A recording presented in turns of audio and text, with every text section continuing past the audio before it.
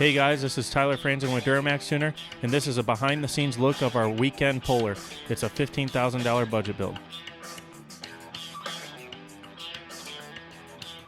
What's up guys, it's Tyler here from Duramax Tuner again with the budget build. So just a recap of what happened at Racine. As you guys saw, we had a little bit of damage. Boom went the drive shaft. It broke off at the rear yoke. You know, when it first broke, of course I felt it because it was a pretty loud pop. But the guy that was throwing out the flag telling me to stop, you know, he came up to my window. He's like, your transfer case I think is broken. It's kind of hanging down. So right there I was like, shit. You know, they unhooked me from the sled, put it in, you know, neutral, put it into four-wheel drive, and I wasn't going anywhere. We ended up needing to use a pull-off tractor to get me off the track. Luckily, this time I decided to bring the trailer with me. So we had the 450 hooked up to the gooseneck, hauled the truck there, and luckily I had it with me. So, you know, since it broke, it couldn't drive up on the trailer. We had the ram box there with us, Chris Emke with the ram box. He pulled me up with a strap onto the gooseneck, and you know, we got it loaded up and strapped down, and it was back to the shop we were going. Doing data logs as I was going down the truck, I had an AutoCal in the cab, so I was pulling a data log. You know, I was working with Nick on getting a proper tune set up for it. So let's see what Nick has to say about our pull in Racine. So this is pull number one. Tyler had a scan tool in the truck. He logged the pull. First, he said he came out of the hole really soft, so I'm going to look through this log. I'm going to say, yep, okay. He did come out pretty soft. He was about 5 pounds of boost out of the hole, so that's very light. Looks like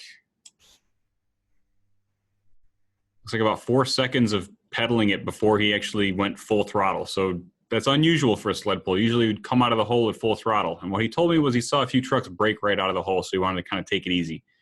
In my opinion, probably a little too easy. Okay, good. We get full fuel, shift into third. You can see our shift right here. There's second to third shift. RPMs drop. They start to climb back up. We can see up here we have throttle position at full. RPMs are climbing. What I'm seeing, okay, so here we have some funkiness going on in our fuel rate.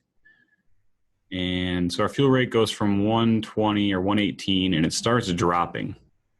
And this characteristic U shape is something that you normally see in a rev limiter.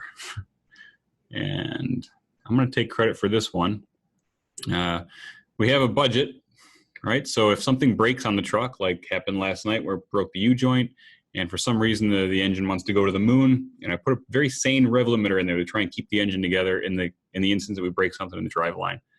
Probably a little too sane. So I had the rev limiter at 3,800 RPM. In my memory, it was higher than that, but hey, the log doesn't lie.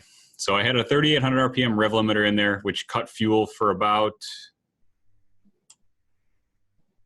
3.2 seconds. So that's definitely going to cost him some time on the some distance on the track. So that's interesting. But otherwise, we had full fuel. We had good fuel pressure. A little bit of jaggedy line on the fuel pressure. We can smooth that out easy enough. So just a little bit of fine tuning to do on the tune file. But the log shows pretty well track what Tyler, you know, went through. So after reviewing the log file and talking with Tyler, I also got to watch the video from the end of the track. And I have a few things I want to talk to him about, because prior to him leaving for the track that day, I had a very specific discussion with him about setting tire pressure. I asked him to put 65 to 70 pounds of tire pressure in the back and 20 to 25 in the front. And I noticed that the rear tires were bulging significantly on the pull, and that's going to cost us in hitch height. And it's all about hitch height. If you can maintain hitch height, that is the best way to keep that pan up off the dirt and keep the truck running down the track. So giving up an inch or inch and a half in tire flex is not what I want to be doing running down the track. So I'm going to talk to him about what the tire pressure is at, check the tire pressure, go through that. And then I also want to check the pinion angle with him to go over possible causes for why the U-joint broke. So U-joints don't just break on these trucks at this power level. Usually it's a setup issue. And having just put traction bars on the truck, my hunch is that something's not right with the pinion angle, but we'll review that and check.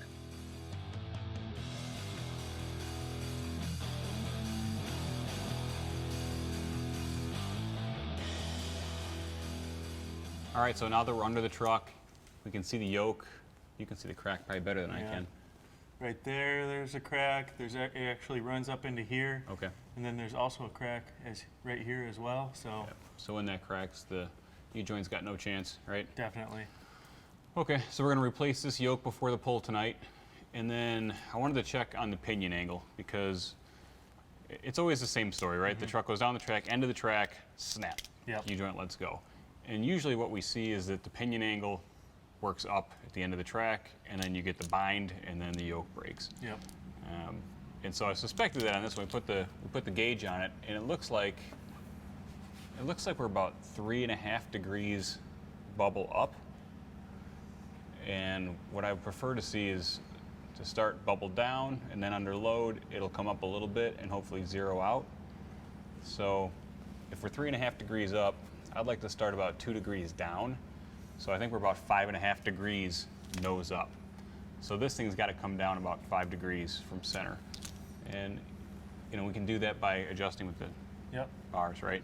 Lengthening those We'll out. lengthen the bars out and then snug the jam nuts back up. And then with the marker, I just put a little mark right here on the axle tube to the rear housing, just in case we get any shift or the axle tubes twist in the housing, we'll know it. Because it's, obviously the nose is going to come up if the axle tubes shift in the housing. I don't think we're making enough power to do that right now, but at least we'll know. Yeah. So cool. So we'll get the yoke swapped out, Yep. air the tires up, Yep. get the traction bars set up so that we got the right Yep. pinion angle. Okay, cool. Alrighty. Game time. I'm Tyler Franzen with Duramax Tuner. Thanks for watching, guys.